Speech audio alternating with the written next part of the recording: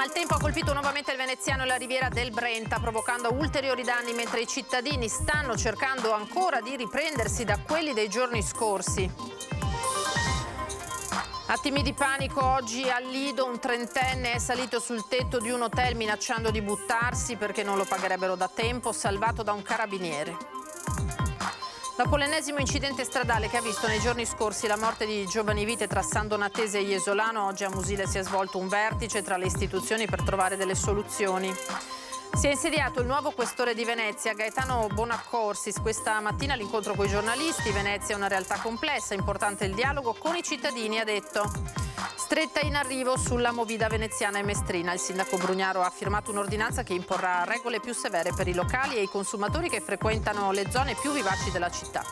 Per il terzo giorno consecutivo gli agenti della Polizia Municipale di Venezia hanno effettuato controlli in riva degli Schiavoni, sequestrati 749 pezzi tra cappelli, borse e vestiti, sanzioni oltre 1.000 euro.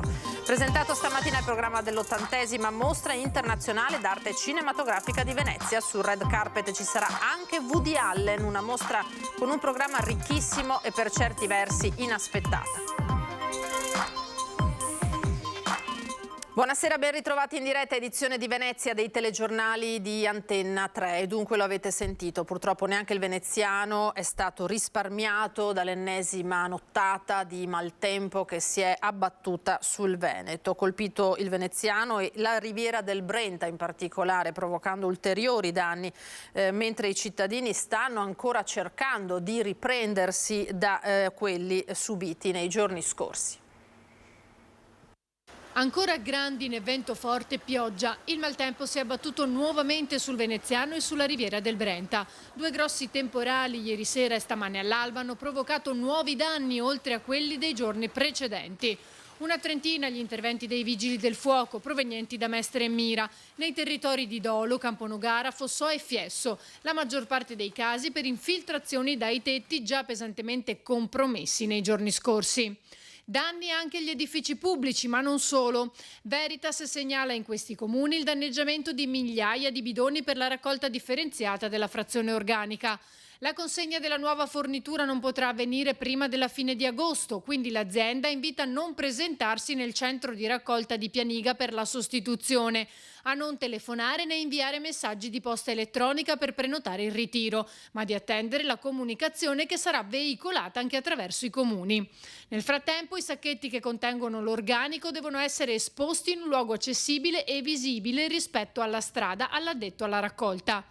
A Bibbione un uomo sarebbe disperso da ieri, sempre a causa del maltempo. A lanciare l'allarme un addetto al salvataggio che aveva notato un bagnante allontanarsi in mare per cercare di raggiungere un gonfiabile, poi sarebbe scomparso. Immediate le ricerche con Guardia Costiera, Vigili del Fuoco, gli addetti al salvataggio e la polizia locale, i cui agenti hanno ritrovato 2 zaini e degli asciugamani sul litorale antistante. Nel frattempo non è arrivata alcuna denuncia.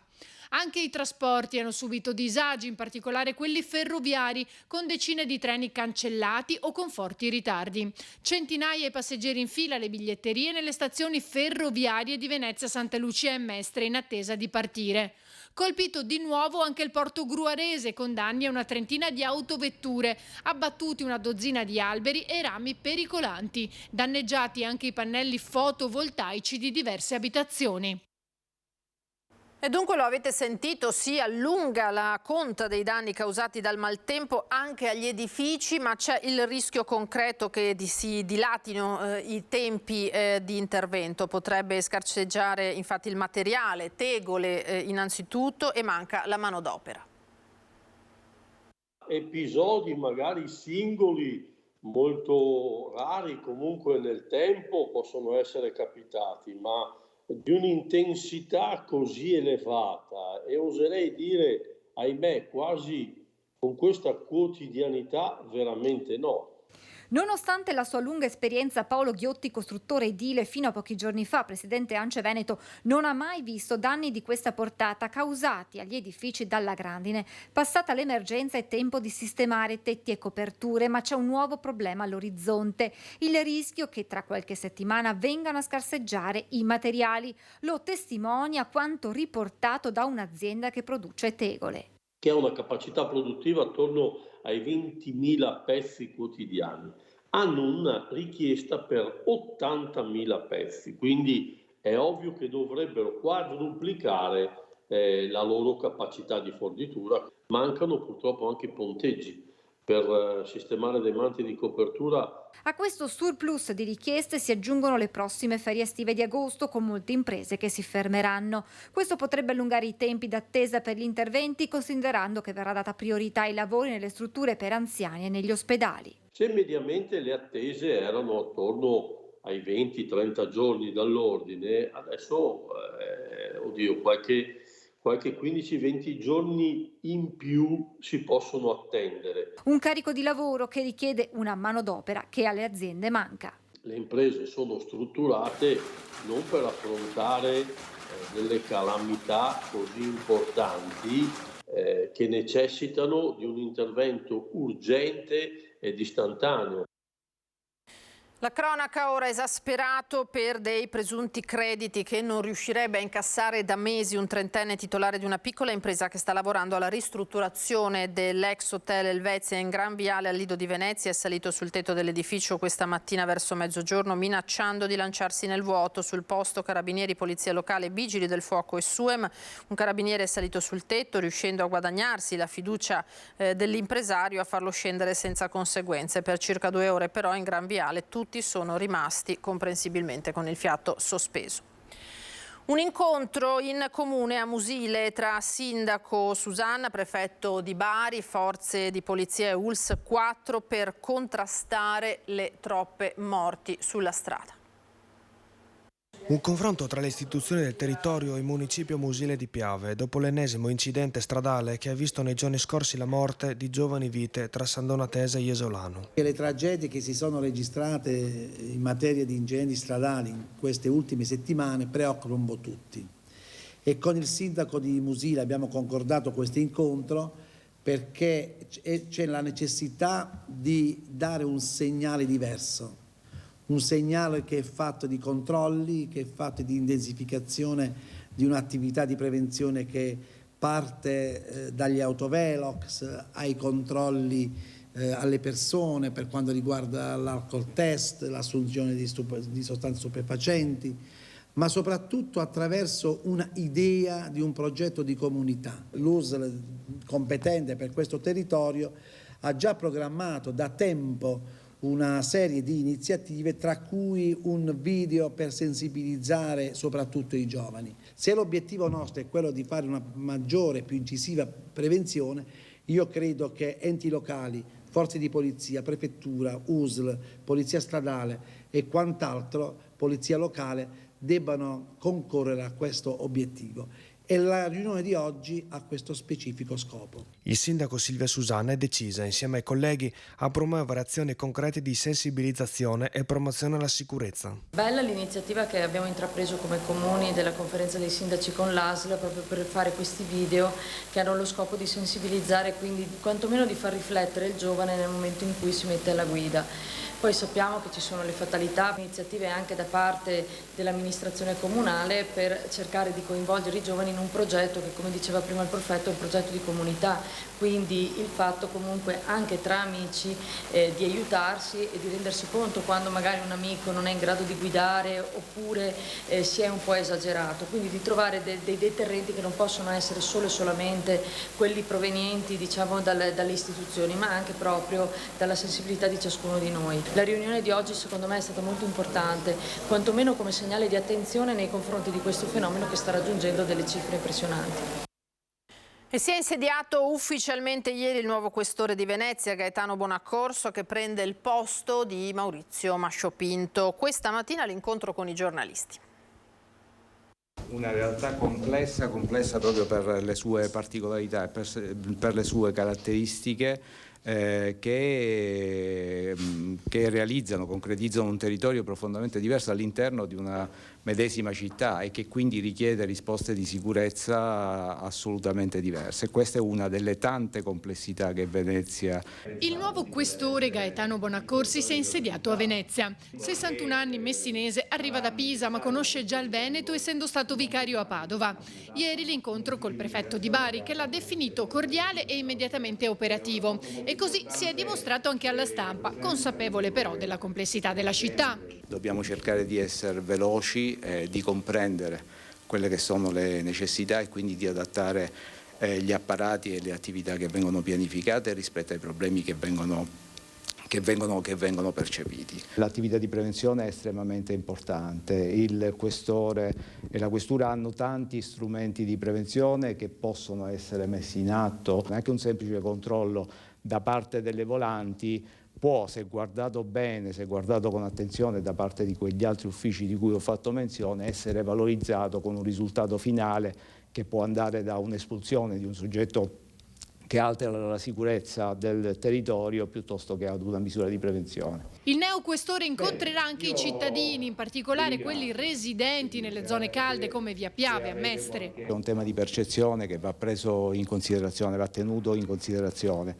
perché l'ampliamento delle aree di disagio determina comunque una condizione di insicurezza appunto al di là dell'aver subito un reato, e quindi su questa percezione di insicurezza occorrerà inevitabilmente lavorare. Come fare vedremo, ma certamente un elemento molto importante è l'ascolto.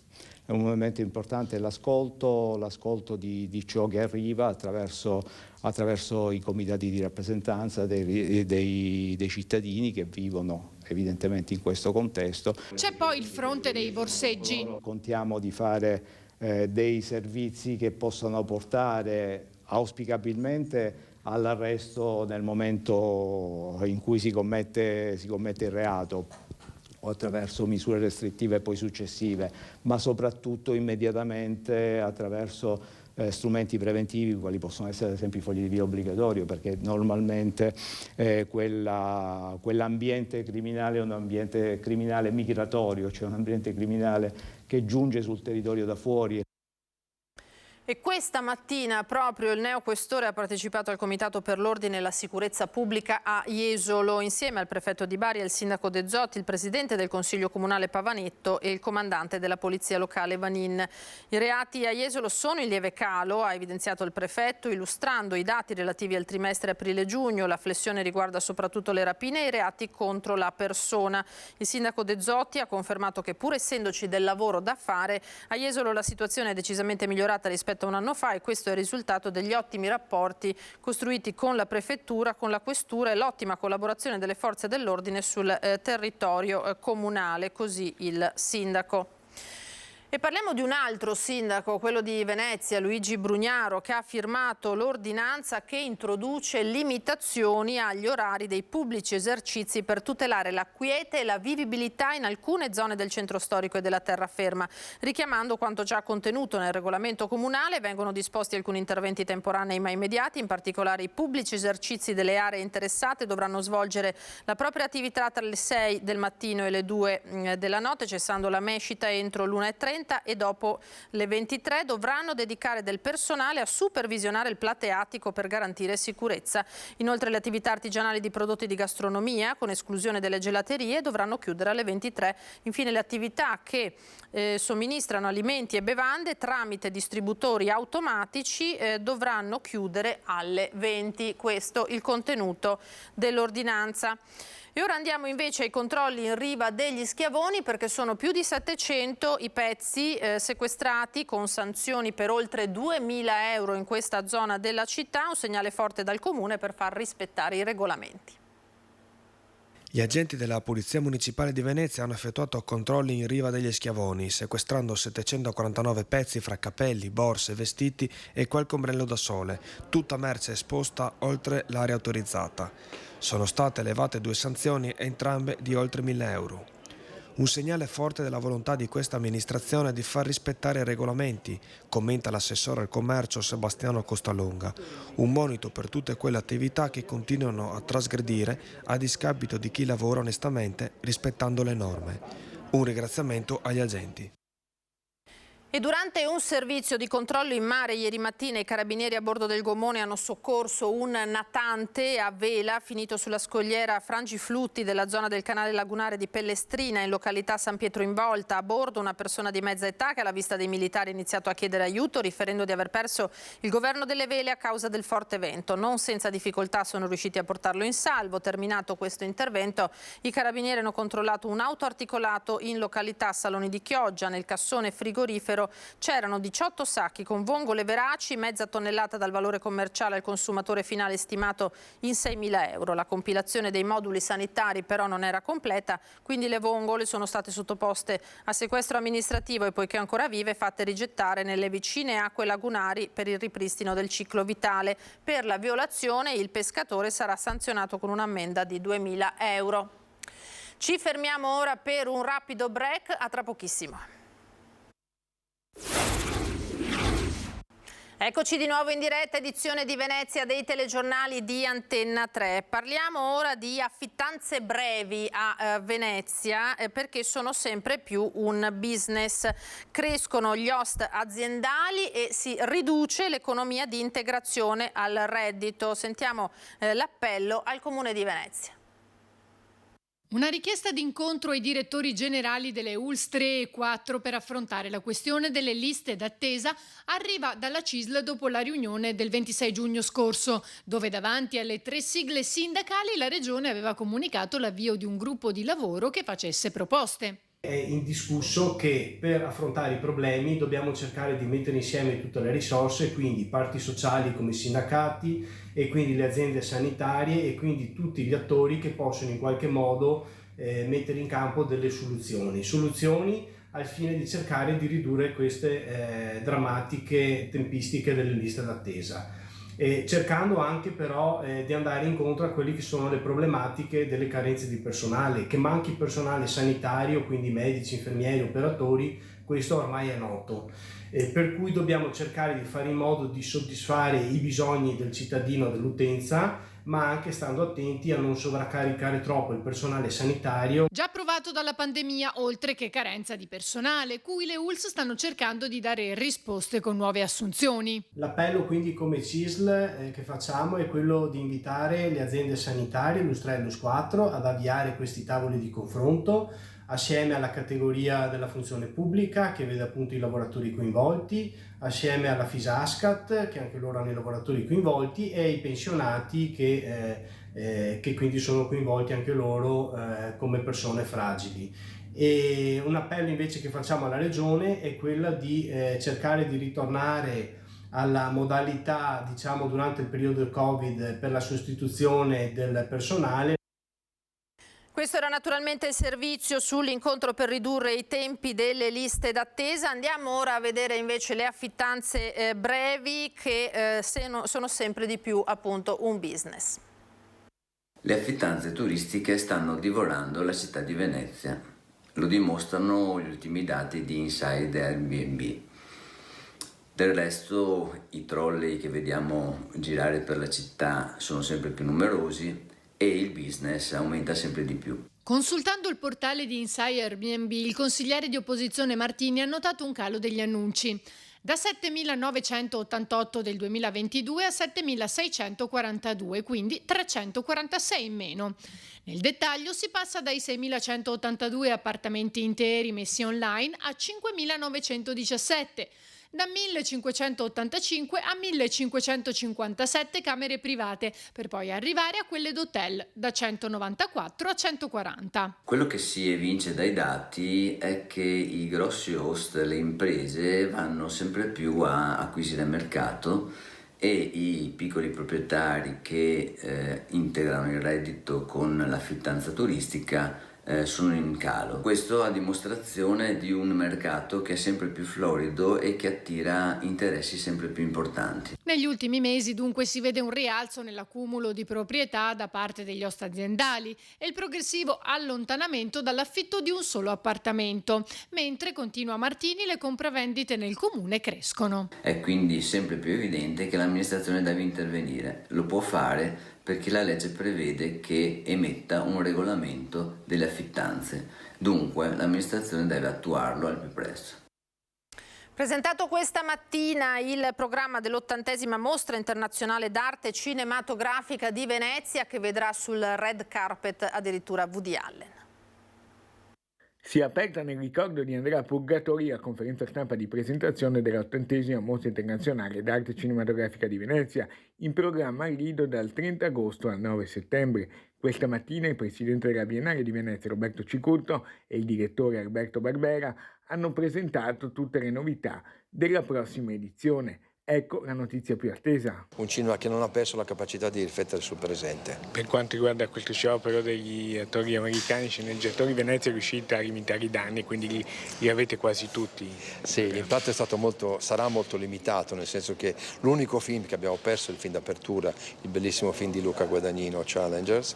Tutti gli altri che avevamo imitato sono invece stati confermati, quindi si ritroveranno a Venezia. Mancherà qualche star perché gli attori impegnati in film prodotti dalle piattaforme o dai grandi studios non possono venire perché sono in sciopero, ma la maggior parte dei film veneziani sono produzioni indipendenti che possono ottenere, se lo chiedono, la deroga. Si preannuncia un momento magico per il cinema italiano. È successo anche in passato, certo un record rispetto agli ultimi anni, ma bisogna tener conto che questa è una stagione particolare, molto positiva per il cinema italiano.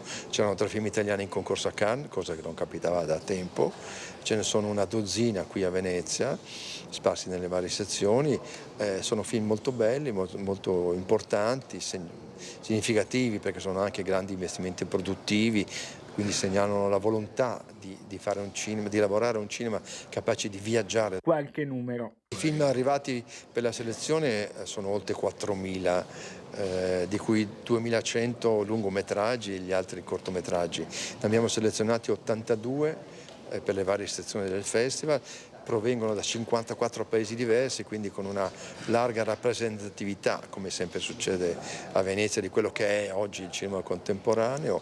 Il 30% dei film sono realizzati da donne, forse poco se pensiamo alla necessità di arrivare all'uguaglianza, alla parità di genere, però comunque un po' più degli anni precedenti, quindi segnale che qualcosa sta cambiando. È tutto per questa edizione, grazie per essere stati con noi. Tra poco l'edizione di Treviso e adesso le previsioni del tempo. Arrivederci.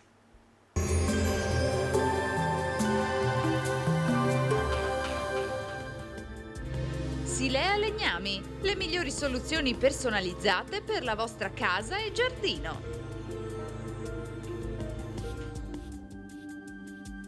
Bentrovati al meteo. Fine dell'intensa ondata di calore, l'anticiclone africano molla la presa, tempo in genere buono e caldo più moderato e sopportabile. Vediamo insieme il dettaglio. Sul Veneto sarà più stabile e soleggiato, con cielo sereno o poco nuvoloso. Nel corso della giornata, tuttavia, non si esclude qualche isolato piovasco, più che altro limitato ai rilievi, ma in possibile estensione anche alle pianure limitrofe, localmente anche di forte intensità. Temperature in diminuzione, minime tra 11 e 18 gradi, massime tra 25 e 29 gradi all'incirca. Spostiamoci ora sul Friuli Venezia Giulia. Anche in questo caso saranno possibili ancora dei residui rovesci sparsi. In seguito deciso miglioramento del tempo con più sole. Nel pomeriggio sulla zona montana non si esclude qualche temporale. Temperature minime tra 13 e 21 gradi, massime oscillanti tra i 26 e i 28 gradi. Infine diamo uno sguardo alla situazione del Trentino Alto Adige, dove avremo tempo più soleggiato, salvo alcuni temporali sulla cresta di confine. Temperature minime intorno ai 13 gradi, massime sui 29 all'incirca. Dal meteo di Antenna 3 è tutto, arrivederci al prossimo aggiornamento.